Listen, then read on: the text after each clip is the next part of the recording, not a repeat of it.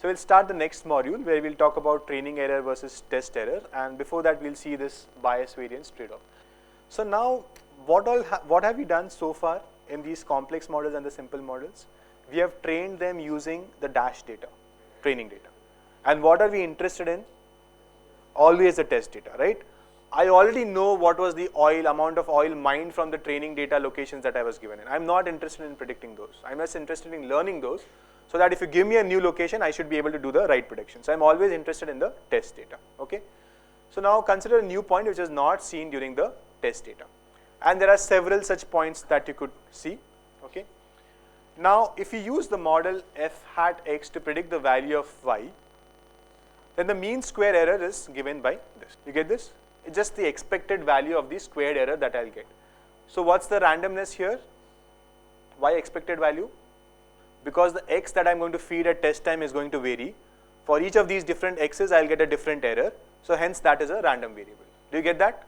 So please focus on these things, right? I mean, just don't take a formula for granted. Just see what is it trying to see. So whenever you see an expectation over something, always question what is the random variable here. So what's the random variable here? The squared error loss. Why is it random? Because you change the input x, right? You are going to try it over a multitude of test examples. You'll take 1,000 test examples, 10,000 test examples, and so on, right? For each of this, you'll get a different squared error. That's the randomness, okay? So you want to see what's the expected value of this, or very loosely speaking, the average value of this. Now it turns out that this, now just try to remember that this is also some expectation, and you had the terms fx and fx hat here. This also had some expectation and term fx and fx hat and so on, right? If you don't remember the exact formula, it's okay, but you do remember there were some expectations inside and the terms fx and fx hat were there, right? So this is just simple. You are dealing with a minus b the whole square on the left hand side. If you open it up, rearrange some terms, you'll get this, right?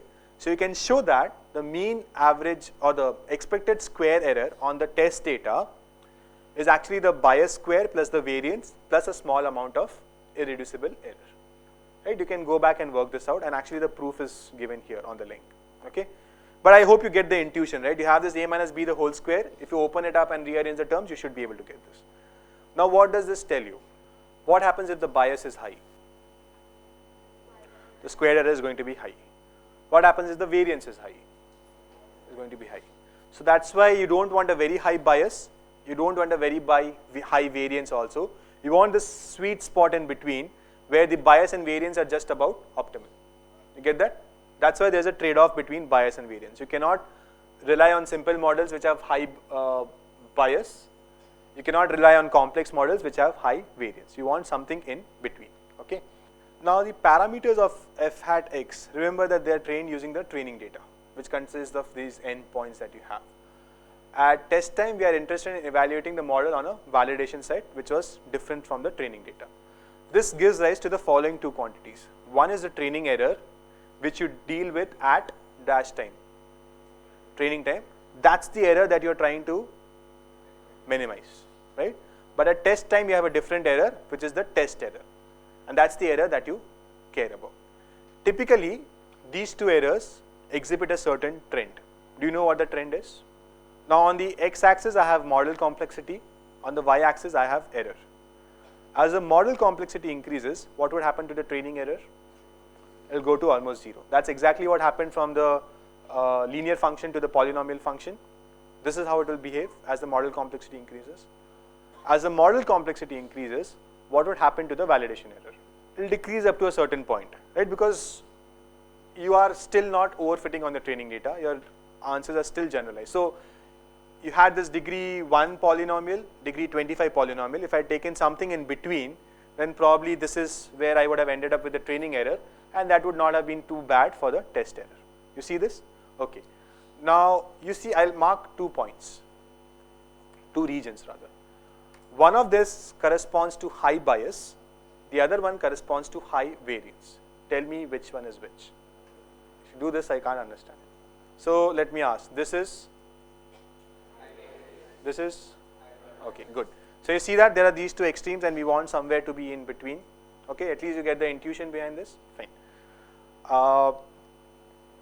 Okay, and we are looking for this sweet spot, which is the perfect trade-off between the bias and the variance, right? So now everyone gets why there is a trade-off and how this relates to model complexity, and therefore we are looking for the ideal model complexity. How do we achieve the ideal model complexity? Well, we can't really. Ideal is ideal, but we try to do this using dash. What's the title of this lecture? Regularization, right? So we'll try to use regularization to achieve this, okay? So let's formalize this a bit more, okay? And remember that this curve is actually because of this equation that you see, right? High bias, you will be in this region.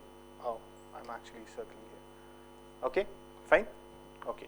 So the intuitions that we have developed so far is that if there are n training points and m test points, then we have a train error which goes over the training points, and we have a test error which goes over the m test points, okay?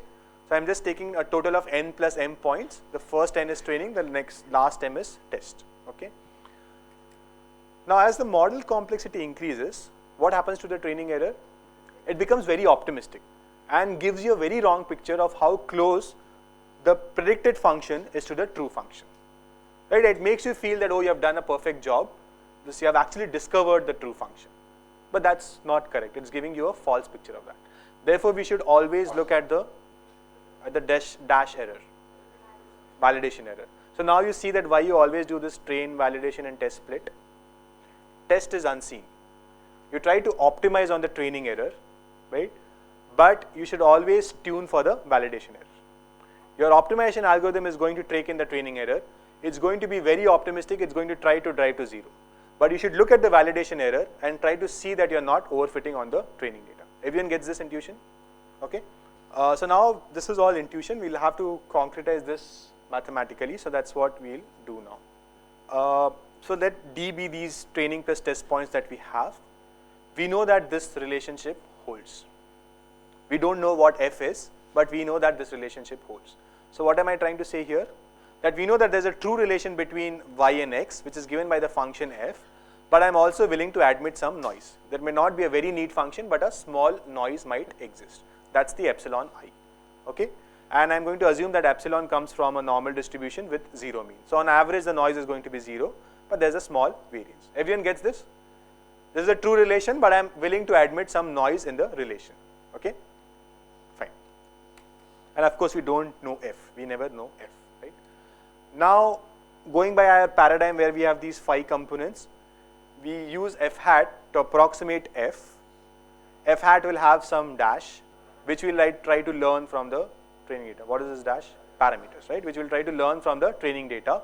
So training data T is a subset of your total data, which is thus those n points, right? Okay. And we are interested in this, knowing this quantity. This is what we are actually interested in. Can we compute this quantity? How many of you say yes? Okay. How many of you say no? We can't. Why can't we compute it? We don't know f. So why can't you raise your hands if you all can answer in chorus? So we don't know what f is, right? Then how do we compute this quantity, right? But what do we actually know? So now we are going to see something which is true expectation and something which is empirical expectation. How many of you know this? What's the difference between the two? Most of you should, but you're just not confident about it. Okay, so we don't know what fxi is, the true thing, but what do we know? We are given some training data, right? And we know these yi's for those training data, and we know these yi hats for those training data. Okay, fine. So this is something that we can estimate, yes or no? This is given to us. So this expectation is going to be an empirical estimate, right? Because we are going to look at some 1,000, 10,000, 20,000 training points and estimate this, right? Hence, it's an empirical estimate. How many of you get that? Okay. Now, I'm just going to rewrite some of this. So what I've done is, I just defined that yi is equal to fxi plus epsilon I. So I've just replaced yi by that. Okay? Is that fine? Now, this is of the form a minus b the whole square. So I'm going to treat it as that and just open up the bracket. So I'll have a square minus 2ab plus b square. And now this is a sum or difference of expectations, so I can push the expectation inside. So this is what I get. Is this fine? Okay. Now I'm just going to rearrange the terms. So remember, this was the quantity that we were actually interested in, but this is the quantity that we had a handle over because these were the data points given to us. So I'll just rearrange the terms, and I can write this, which was my quantity of interest, as this. Can you estimate everything on the LHS? On the RHS? This, what is this? Variance, right? Sigma square, right? We assume it came from a 0, sigma square distribution. And this, can we estimate? The answer is no, for the same reason, right? We don't know what f of x is, okay?